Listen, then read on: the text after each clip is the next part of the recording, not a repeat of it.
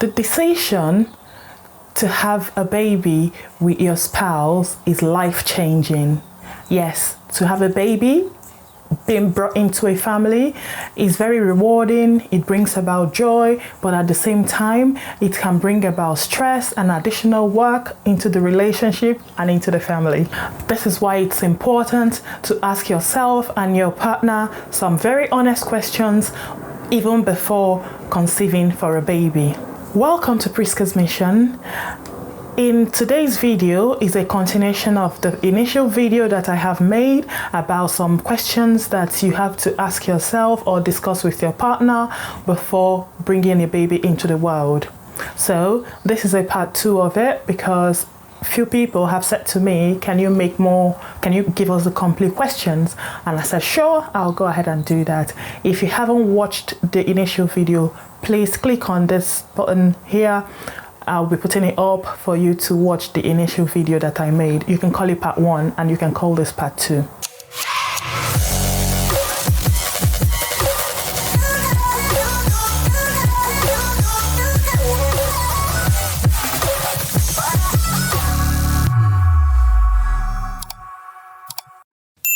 Let me help you with my list to go through some questions that you would discuss, questions that you could discuss with your partner before you have a baby. Like I said before, having a baby is life-changing, and it will be important if you can have this decision or these conversations with your partner before the actual conception of the baby. So I have gone ahead to put these into 5 categories. In category 1, we have family origin. In category 2, we have pregnancy and birth. Then in category 3, I have general parenting styles. And in category 4, I have relationship between you and your partner after the baby's been born. And in category 5, I have finance and budgeting. It will be important to recognize how different the both of you are. Remember, you have 2 different upbringing coming together. It is not what either of your parents did are the best.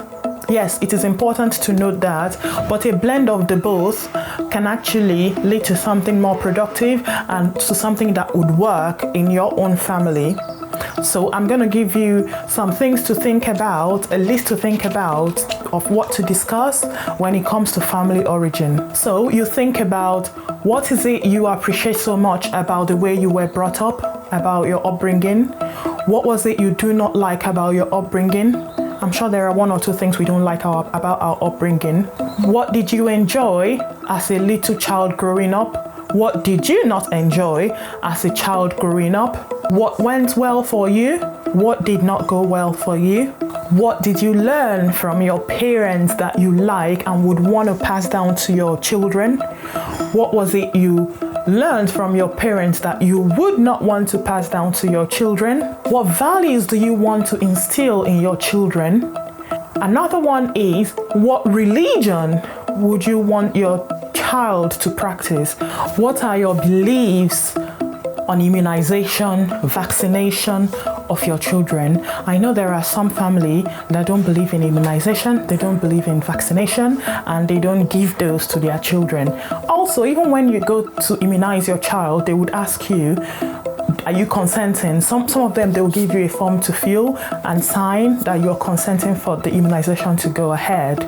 In category number 2, we have pregnancy and birth.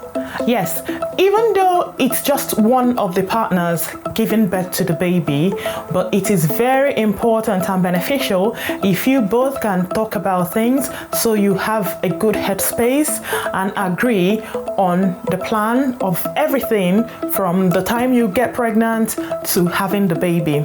It kind of like makes it easier for the both parties to work through. And the things that you could think about are, what hospital are we going to have our baby? Even what country are we going to have this baby? Where is this baby going to be delivered? Is he or she going to be delivered at home, in the hospital? Is it going to be a water birth? You'll be talking about the hospital where you have all your antenatal care and so on and so forth. Then you talk about if you wanted to be in the hospital, the delivery to be in the hospital or at home. I know a couple of my friends have actually had a home birth, and it was all planned, so it was nothing chaotic. They knew what they were doing. Everything worked very well for them. But I think it's because they discussed it, they agreed on it, and they actioned it. Another one is the birth plan. I know that a lot of people will want to go for vaginal delivery, but some other people would want to go for cesarean operation. They'll just go like, I don't want to do this VD thing. I just want to go and have a date and have my CS and have my baby and come out. So it is important to discuss it.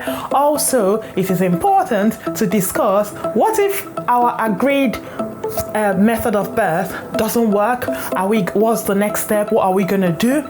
Are we going to go for the next or this or that? It is important to talk it through, agree it, and always plan. Should this not work, what would be our next line of action? Are we taking leave prior to having the baby? A lot of people want to take leave before the baby comes. We do it at home here. You have few days before the baby comes, that sort of thing. Sometimes people don't do it. They just have the baby. When the baby comes, that's when their leave starts. Another one is, what are the childcare plans for the siblings? Remember, if you have one already and you're going for the second one or the third one, you have to remember to plan for the other siblings that will be home, because they would not be allowed in the labor ward, and also the two partners may have to be there in the labor ward. So it is important to think about, where are we going to be taking the other siblings? Are we taking them to who? For how long? Are they in agreement? Are they happy to take care of our kids whilst we're in the hospital having a baby? Another one is, who will be your birth partner? It is important to discuss that. I have a friend who had a very big issue with her partner because of this, because the partner wants the mom to be there, she wants her own mom to be there, and unfortunately you can only have one person there. He also wants to be there. It was just too much. So it is good to talk about it. Who is going to be the birth partner? Is it the woman's mom or the dad's mom? That sort of thing. Or is it actually the dad that will be the birth partner? Do we want a family member to stay after the birth of the baby to support? If yes, which of the family members will stay? Which of the family members will be more supportive? All of this kind of thing. Also, there's one that have just come to my mind. Also, it is important to discuss with your partner what you both will be doing after the baby is being born. Is the baby going to be photographed straight away? What are the plans of social media, posting the baby on social media? Because you could have one partner wanting the baby's day-to-day activities to be on the social media, and you might have another partner who don't do social media that much and who would not want their children or their child to be on the social media like that. Then on the side, I would want you to also discuss, if you're going to find out the sex of your baby, the gender of the baby. Some people don't do that. Well, I didn't. Some people agree and they go like, oh no, we're not going to find out the gender. If you are going to find out the gender of the baby, are you willing to share it with everybody, or are you going to keep it close to you both, close to heart? You're not sharing the information. You need to agree on this. I tell you a story. When I was pregnant, we said we're not going to tell people what the gender of our first child would be. We agreed on it and we finalized it. Okay, 2 weeks later, my in-laws already knew about it. Up to the ex-girlfriend even knew about it, and I thought, this is ridiculous. So it's important to speak it out, discuss it. Yes, we're going to tell people, or no, we're not going to tell people what the sex of the baby is until the baby arrives. If you are religious, you talk about circumcision. If you're having a baby boy, is the baby going to be circumcised or not? You also talk about baby names. Similarly, there's no right or wrong to this, but ultimately let it be the decision and agreement of the both parties that yes, this is what the baby name is going to be. Keep it somewhere, keep it safe.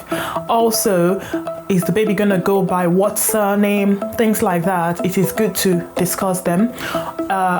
Also, in the course of pregnancy, sometimes when you go for your pregnancy screening, you might get a bad news to say that your child has disabilities or has a disability. In that case, what would happen? What are your plans? Are you going to continue with the pregnancy? Are we going to terminate it? Or it is important to, even though we're not planning for any of those unforeseen circumstances, negative unforeseen circumstances, but it is important to also talk about it, know what the plan is, even though it may not happen. After the baby has been born, it is important to talk about things like how are we going to handle the parenting duties at home, the household, the chores, the laundry, the bathing, the feeding of the baby, staying awake in the night, all those sort of things. Even up to shopping. Who will be going for the grocery shopping? There's also how organic or vegan or earth-friendly are we going to want our child to be feeding?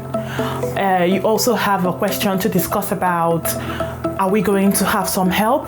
If we are going to have some help in the house, who is the help going to be? Is it going to be a relative, or is it going to be a nanny? And when you have agreed the type of help you want, you also need to think about how long would we need this help for? How much are we willing to spend if it's the one that would cost us some money? Well, I'll talk about that when it comes to finance. Also, who is willing to help with the overnight feeding, or who will be doing the overnight feeding? What are your thoughts on discipline? What sort of discipline do you want to instill in your children? How would you like to discipline your child? Are you going to be a strict parent or a laid-back parent? And the last but not the least, how would you deal with a family member giving unsolicited advice or wanting you to do things with your child in a particular fashion or in a particular way? How would you resolve it? This may sound funny and flimsy, but it is very important, because when we have our child, everybody wants to give their advice and opinion, and it's coming from a good place, but how would you both deal with it so it doesn't cause conflict? Then in number 4, we have relationship. Right, relationship between the both parties. What are your expectations of your relationship between you and your partner after the baby has been born? How will you keep your relationship flourishing? How would you keep it happy? How would you get your couple time when the baby arrives? Remember, the baby is dependent on you 2-4. There is no going away. So how would you incorporate your couple time? How would you incorporate your you time, whereby as a woman you need to go do your nails, do your hair, do your pedicure and all of that kind of thing? How would you incorporate that? How would you incorporate meeting up with your friends, things that you used to do before the baby arrived? Same as the man. How would you incorporate your you time, going out with your friends if you have to? Are extracurricular activity more important to us than our child? You pick your choice, discuss that, and make sure you both are on the same page. How do you spend your free time? This is both as an individual and as a couple, because yes, you're going to have free time.